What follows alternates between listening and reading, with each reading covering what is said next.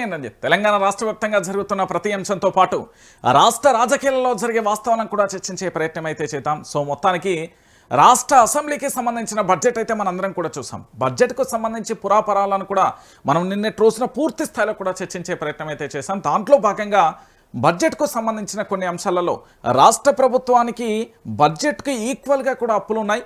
10 సంవత్సరాల కాలంలో పూర్తి స్థాయిలో కూడా చేసిన అప్పులు తక్కువే, కానీ కేవలం 2 సంవత్సరాలలో చేసిన అప్పులు మాత్రం భారీ స్థాయిలో ఉన్నాయంటూ కూడా తెలంగాణ ప్రాంతానికి సంబంధించిన చాలామంది కూడా నెటిజన్లు కానీ, దాంతోపాటు విశ్లేషకులు, దాంతోపాటు పొలిటికల్ అనలిస్టులతో పాటు ఎకనామీకి సంబంధించిన చాలామందిలో కూడా భిన్నమైన అభిప్రాయాన్ని అయితే వ్యక్తం చేసిన పరిస్థితి అయితే కనబడుతుంది. సో దాంట్లో భాగంగా పూర్తి స్థాయిలో 6 గ్యారెంటీలకు సంబంధించి న్యాయం చేశాం. దాంట్లో పాటుగా 6 గ్యారెంటీల విషయంలో పూర్తి స్థాయిలో ప్రభుత్వం చాలా క్లియర్గా ఉంది అంటూ కూడా ప్రభుత్వం తీసుకొచ్చే వాదనకు భిన్నమైన కథనాలు, దాంతోపాటు ప్రజల నుంచి వ్యక్తమవుతున్న విమర్శలు, దాంతోపాటు జరుగుతున్న పరిణామాలన్నింటినీ కూడా మీ ముందుంచే ప్రయత్నం అయితే చేస్తా. ఒకసారి మీరందరూ కూడా చూడండి, ఇక్కడ కనబడుతున్న అంశం ఇది కేవలం నాకో మీకో సంబంధించిన అంశం కాదు. తెలంగాణ రాష్ట్ర వ్యాప్తంగా ఉన్న 4 కోట్ల మంది ప్రజలందరికీ కూడా సంబంధించిన విషయం. ఎందుకు నేను 4 కోట్ల మంది అని పదే మెన్షన్ చేస్తున్నా అంటే, దీంట్లో ఒక ప్రధానమైన అంశం ఉంది.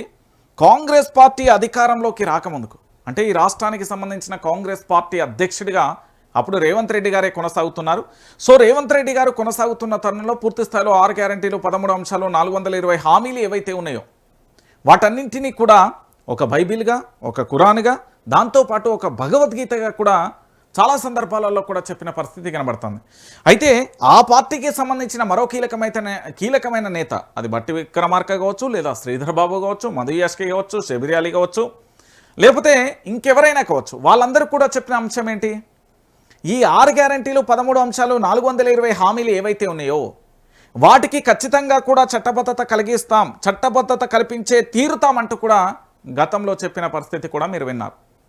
అది అందరికీ తెలిసిన విషయమే. దీంట్లో పెద్ద మర్మం కూడా ఏమీ లేని పరిస్థితి. ఎందుకంటే 6 గ్యారెంటీలను 3 మతాలకు సంబంధించి పూర్తి స్థాయిలో కూడా వాళ్ళకి ఇచ్చే, అంటే ప్రతి ప్రామిస్ను కూడా మేము అమలు చేస్తామనే ధీమాతో కూడా చెప్పిన పరిస్థితి అయితే కనబడుతుంది. సో దాంట్లో భాగంగా నిన్న బడ్జెట్ ఎపిసోడ్ తర్వాత జరిగిన కొన్ని విచిత్రమైన వాదనలు కూడా మనం విందాం. మహిళలకు కాంగ్రెస్ పార్టీ మోసం చేసింది. మీరు అవునన్నా కాదన్నా ఇది నిజం. ఇద్దరు శత్రువుల మధ్య పచ్చిగడ్డేస్తే బగ్గుమంటది కదా, అలాగే కాంగ్రెస్ పార్టీ కూడా మోసం చేసింది అని చెప్పడానికి వాస్తవమైన, యథార్థమైన ఒక ప్రధానమైన ఎపిసోడే ఇది. తెలంగాణ రాష్ట్రానికి సంబంధించిన చాలామంది మహిళలకు సంబంధించి భిన్నమైన వాదనలు వింటూ ఉంటారు. అంటే వివిధ శాఖలకు సంబంధించి పనిచేసే అంశం కావచ్చు, లేదా వివిధ కేటగిరీలకు సంబంధించి పనిచేసే ఎపిసోడ్ కావచ్చు, మీరు అందరూ కూడా చూసే ఉంటారు. దాంట్లో భాగంగా మరీ ముఖ్యంగా నేను చెప్పే అంశం ఏంటంటే, మహిళలకు సంబంధించి 6 గ్యారెంటీల విషయంలో మహిళలను మోసం చేస్తుంది అనే ఒక ఎపిసోడ్ అయితే తెర మీదకి వచ్చింది.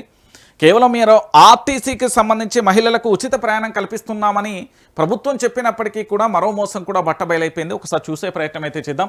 మహిళలకు మహామోసం, 2500 గ్యారెంటీ గుండు సున్నా, తులం బంగారం గుండు సున్నా, విద్యార్థినులకు స్కూటీలు కూడా గుండు సున్నా అంటూ కూడా ఒక ప్రధానమైన ఎపిసోడ్ ఇక్కడ కనబడ్డది. సో ఇది వాస్తవానికి తెలంగాణ సమాజం అంగీకరించాల్సిందే. అది అధికార పార్టీకి సంబంధించిన ముఖ్యమంత్రి అయినా, లేదా విపక్ష పార్టీకి సంబంధించిన నేతలైనా, లేదా వివిధ పార్టీలకు సంబంధించిన ఎవరైనా కూడా యాక్సెప్ట్ చేయాల్సిన విషయమే.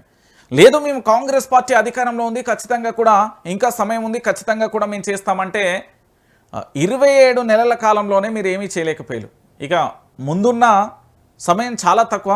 మీరేదో చేస్తారు, ఏమో చేయబోతున్నారంటే కూడా తెలంగాణ సమాజం కూడా ఇక్కడ కూడా జీర్ణించుకునే పరిస్థితి అయితే లేదు. దానికి తోడుగా మరీ ముఖ్యంగా తెలంగాణ రాష్ట్రానికి సంబంధించి ఇక్కడి ఆడబిడ్డలను, అంటే తెలంగాణ మహిళలను ఆడబిడ్డగా అభివర్ణించడమే కాదు, అదే స్థాయిలో కూడా తెలంగాణ రాష్ట్రంలో పుట్టిన ఏ వ్యక్తి అయినా కూడా వాళ్ళని గౌరవించే పరిస్థితి అయితే కనబడుతుంది. ఆ గౌరవాన్ని మీరు పూర్తి స్థాయిలో కూడా నిలబెట్టుకోలేకపోయారు అనే అంశం తెర మీదకి వచ్చింది. ఎందుకంటే మహిళల విషయంలో మనం చాలా సందర్భాలలో చూస్తాం. ఎందుకంటే వీళ్ళు ఇచ్చిన మేనిఫెస్టోలో 2500లకు సంబంధించిన గ్యారంటీ ఏదైతే ఉందో దాన్ని పూర్తి స్థాయిలో అమలు చేయలేక చితికిలబడుతుంది కాంగ్రెస్ పార్టీ. నిజంగా కూడా వాస్తవమైన విషయం. 2500 ఏవైతే ఉన్నాయో వాటిని పూర్తి స్థాయిలో అమలు చేయలేకపోవడమే కాకుండా బడ్జెట్ విషయంలో కూడా ఏం జరిగిందో మీ అందరికీ తెలిసిన విషయం. మహా అంటే 50,000 కోట్ల రూపాయలకు 6 గ్యారెంటీలకు ఏదో బడ్జెట్ను ప్రవేశపెడుతున్నామంటే మమ అనే పరిస్థితి తీసుకొచ్చారే తప్ప అంతకు మించి ఏమీ తీసుకొచ్చిన పరిస్థితి అయితే ఇక్కడ కనవలే. ఇక దానితో పాటుగా తులం బంగారం, నూతనంగా వివాహమైన ఏవైనా ఎవరైనా కావచ్చు వాళ్ళకి సంబంధించి ఏంటంటే పూర్తిగా కూడా ఎందుకంటే గత ప్రభుత్వంలో కేసీఆర్ ప్రభుత్వం ఏం చేసిందంటే కేసీఆర్కు సంబంధించి గతంలో పాదయాత్ర, సైకిల్ యాత్ర, బస్సు యాత్ర లేదా మీటింగ్లు పెట్టిన కొన్ని సందర్భంలో వారికి కనబడ్డ యథార్థమైన ఒక సంఘటన ఏదైతే ఉందో చాలా కుటుంబాలలో కూడా ఆడపిల్లలకు పెళ్లి చేయాలంటే భయపడే పరిస్థితులు ఏర్పడింది. ఎందుకంటే ఆ ఖర్చును పూర్తిగా కూడా భరించలేని పరిస్థితి ఉంది. కాబట్టి ప్రభుత్వం నుంచి ఎంతో కొంత సాయం అందించాలి, ప్రతి ఆడబిడ్డకు కూడా న్యాయం జరగాలి, ప్రభుత్వం ప్రతి ఆడబిడ్డను కూడా ఆశీర్వదించే ప్రయత్నంలో భాగంగా కళ్యాణ లక్ష్మి అనే ఎపిసోడ్ని తీసుకొచ్చింది. కళ్యాణ లక్ష్మి అనే ఒక పథకాన్ని తీసుకొచ్చింది. ఆ పథకం భాగంగా ఈ కాంగ్రెస్ పార్టీ ఏం చేసిందంటే తమ మేనిఫెస్టోలో భాగంగా తులం బంగారం అనే ఎపిసోడ్ని తీసుకొచ్చింది. మరి తులం బంగారానికి సంబంధించి ఆల్రెడీ 1,116,000లకు సంబంధించి గత ప్రభుత్వం అమలు చేసినప్పటికీ ఇప్పటి ప్రభుత్వం ఏదైతే తులం బంగారం మేము అందిస్తామని చెప్పిందో, తులం బంగారం అంటే ఈజీ కాదు. ఈ రోజులలో ప్రస్తుతం ఉన్న మార్కెట్ వాల్యూ ప్రకారం దాదాపుగా 1,50,000 రూపాయల పైచిలుకున్నది. అంటే గత ప్రభుత్వం 1,116,000 ఇస్తే ఇది 1,50,000, ఆల్మోస్ట్ 2 లక్షల చిల్లర, 2,50,000 వరకు కూడా ప్రభుత్వం అందించాల్సి ఉంటుంది ఒక్కొక్క నూతన జంటకు. వాళ్ళకు కూడా అందించలేని పరిస్థితి కనబడింది. సో దీంట్లో కూడా గుండు సున్నా అని చెప్పడంలో ఎలాంటి డౌట్ లేదు.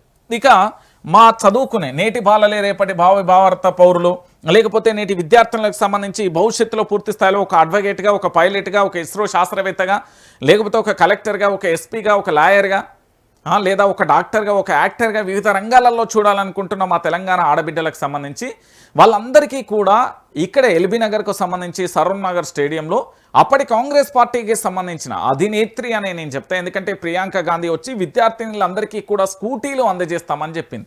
మరి ఈ స్కూటీలకు సంబంధించిన బడ్జెట్ ఎక్కడైనా కనబడ్డదా అంటే గుండు సున్నా అనేది వాస్తవమైన విషయం.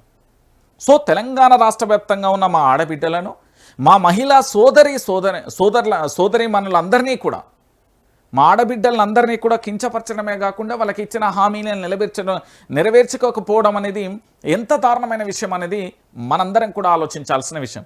సో మహిళలకు భారీగా మోసం చేసింది అనేది వాస్తవమైన విషయం. సో మహిళలు మోసపోతున్నారు, దాంతోపాటు ప్రభుత్వం కూడా మోసం చేస్తున్నది అనేది నిజం, ఇది వాస్తవం. ఎందుకంటే 3 అంశాలను చూడొచ్చు. 2,500 సంబంధించిన గ్యారంటీ విషయంలో, తులం బంగారం విషయంలో, విద్యార్థినులకు సంబంధించిన స్కూటీల విషయంలో పూర్తి స్థాయిలో మోసపోయిన పరిస్థితి కనబడింది.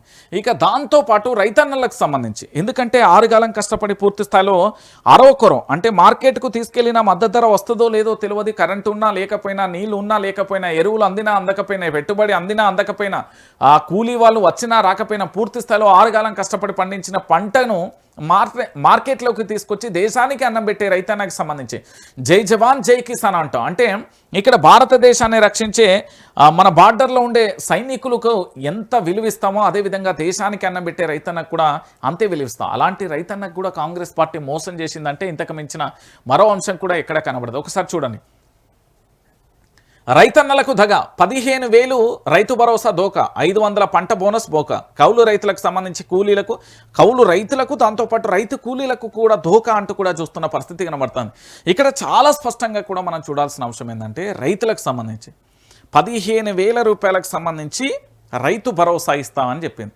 అంటే గతంలో కేసీఆర్ ప్రభుత్వానికి సంబంధించి రైతులు ఎవరైతే పంటలు పండిస్తున్నారో వాళ్ళు ఎవరైతే మిత్తి ధరకి సంబంధించి అంటే వడ్డీ వ్యాపారుల దగ్గరికి వెళ్ళి అధిక వడ్డీలకు పూర్తి స్థాయిలో అప్పులను తీసుకొచ్చి పెట్టుబడి పెట్టి అంటే దుక్కి దున్నడానికి కానీ లేదా పూర్తి స్థాయిలో పంట వేయడానికి కానీ విత్తనాలు కానీ ఎరువులకు సంబంధించి కానీ ఏదైనా విషయంలో అంటే భూమిని చదువును చేసే విషయంలో కావచ్చు, లేకపోతే పంటలకు సంబంధించి విత్తనాలను తీసుకొచ్చే విషయంలో కావచ్చు, లేదా కూలీల విషయంలో కావచ్చు, మరే విషయంలోనైనా పూర్తి స్థాయిలో వడ్డీ వ్యాపారుల దగ్గరికి వెళ్ళి విపరీతమైన అప్పు తీసుకురావడం వల్ల రైతు అప్పుల ఊబిలో చిక్కుకుపోతున్నాడు. కాబట్టి ఆ అప్పుల ఊబి నుంచి బయటపడేందుకు కేసీఆర్ ప్రభుత్వం పూర్తి స్థాయిలో ఒక ప్రణాళిక రచించింది. దాంట్లో భాగంగానే పూర్తిగా కూడా రైతన్నలకు సంబంధించి రైతు బంధు అనే ఒక పథకాన్ని తీసుకొచ్చింది. కానీ ఇప్పటి ప్రభుత్వం ఏం చేసింది, కేసీఆర్ ఉంటే 6,000, మేమొస్తే 15,000, లేదా కేసీఆర్ ఉంటే ఉదాహరణకు 10,000 అనుకుందాం, మేముంటే 20,000 అంటూ కూడా అలవి కాని హామీలను ఇచ్చి పూర్తి స్థాయిలో కూడా రైతన్నలను కూడా మోసం చేసింది కాంగ్రెస్ ప్రభుత్వం. ఎందుకంటే ఈ విషయంలో పూర్తి స్థాయిలో ఎవరు అంగీకరించకపోయినా ఇది యథార్థమైన సంఘటన. మనం తినే ప్రతి అన్నం అంటే ప్రతి మెతుకు మీద రైతన్న పేరు ఉండొచ్చు ఉండకపోవచ్చు, కానీ ఈ దేశానికి అన్నం పెట్టే రైతన్నకు సంబంధించి పూర్తి స్థాయిలో కనీసం వాళ్ళకి ఏమీ చేయలేకపోతున్నామనే ఒక నిస్సాయ స్థితిలో మాత్రం ప్రతి ఒక్కరిని కూడా వెంటాడుతున్నది అనేది వాస్తవమైన విషయం. ఎందుకంటే వ్యవసాయ రంగాన్ని ఎంత అభివృద్ధి చేస్తే దేశం అంతా దేశంలో ఉన్న అన్ని రాష్ట్రాలకు సంబంధించి మన రాష్ట్రం అయితే పరుగులు పెట్టే అవకాశం ఉంటుంది. అది అందరికీ తెలిసిన విషయమే. సో పూర్తి స్థాయిలో రైతన్నకు కూడా పూర్తి స్థాయిలో కూడా మొండి చూపెట్టిన పరిస్థితి అయితే కనబడుతుంది. ఇక ఆరుగాలం పండించిన పంట దాని గురించి మనం పెద్దగా చెప్పాల్సిన అవసరం లేదు. కరెంటు ఉన్నా లేకపోయినా, నీళ్లు ఉన్నా లేకపోయినా, ఎరువులు ఉన్నా లేకపోయినా, పెట్టుబడి ఉన్నా లేకపోయినా, కూలీలు వచ్చినా రాకపోయినా మొత్తానికి పంట పండించి ఆ పంటను తీసుకుని వచ్చి మార్కెట్లో పూర్తి స్థాయిలో కూడా ఆ మార్కెట్ యార్డుకు తీసుకొచ్చినప్పుడు ఆ పంటకు కనీస మద్దతు ధర లేకపోవడంతో చాలామంది రైతులు కూడా చాలా బాధపడుతున్న పరిస్థితి అయితే కనబడుతుంది. వీళ్ళు ఏం చెప్పిల్లంటే సన్నాలకు పూర్తి స్థాయిలో కూడా 500 బోనస్ ఇస్తామని కాంగ్రెస్ చెప్పింది. అయినప్పటికీ 500లకు సంబంధించి పూర్తిగా కూడా అమలు చేయలేకపోవడంలో కూడా ప్రభుత్వం విఫలమైంది అని చెప్పడంలో వాస్తవమైన విషయం. ఇక ఇదైతే నేను చెప్పినా కదా, ఈ ప్రపంచంలో ఉన్న ఏదైతే వింతలలో ఇదొక వింత అని నేను గతంలో కూడా చెప్పినా, ఇప్పుడు కూడా చాలా స్పష్టంగా చెప్తా. ఎందుకు ఎట్లా చెప్తావు అంటే కూడా నా దగ్గర కొన్ని ఆధారాలు ఉన్నాయి. కౌలు రైతులు, దాంతోపాటు రైతులు. నాకు వ్యవసాయ భూమే ఉంది. అది ఒక వ్యవసాయ భూమి, ఉదాహరణకు ఒక 5 ఎకరాలు అనుకుందాం. ఈ 5 ఎకరాలకు సంబంధించి పూర్తి స్థాయిలో దీన్ని నేను ఏం చేస్తున్నా అంటే కౌలుకి ఇచ్చే ప్రయత్నం చేస్తున్నా. ఈ కౌలుకి ఇచ్చే ప్రయత్నంలో భాగంగా రైతు కూలీలకు, రైతులకు కూడా ప్రభుత్వం పైసలు ఇస్తా అని చెప్పింది. అంటే భూమి నాది, నేను వేరే వాళ్లకు పూర్తి స్థాయిలో కౌలుకి ఇస్తున్నా. అంటే వాళ్ళని పంట పండించుకోండి, దానికి సంబంధించి కౌలు శిస్తు కూడా, అంటే కౌలుకు సంబంధించి ఆ పైసలు కూడా నేను తీసుకుంటా. దాంతోపాటుగా రైతు కూలీలకు సంబంధించి ఏవైతే పైసలు ఇస్తున్నారో అవి కూడా నాకు ఇస్తా అని చెప్పారు. ఇది $1 మిలియన్ ప్రశ్న అని గతంలో చెప్పినా, ఇప్పుడు చెప్తున్నా. సో రైతులకు సంబంధించి, రైతు కూలీలకు సంబంధించి కూడా పైసలు ఇస్తా అన్నాడు. మరి ఆ పైసలు ఏడికి పోయినాయి, ఎవరి జేబులోకి వెళ్ళినాయి, ఎక్కడికి వెళ్ళినాయి అనేది మన రాష్ట్ర ముఖ్యమంత్రి యనుమల రేవంత్ రెడ్డి గారే చెప్తే బాగుంటుంది అనేది తెలంగాణ రాష్ట్ర వ్యాప్తంగా ఉన్న చాలామంది కూడా చెప్తున్న పరిస్థితి అయితే కనబడుతుంది.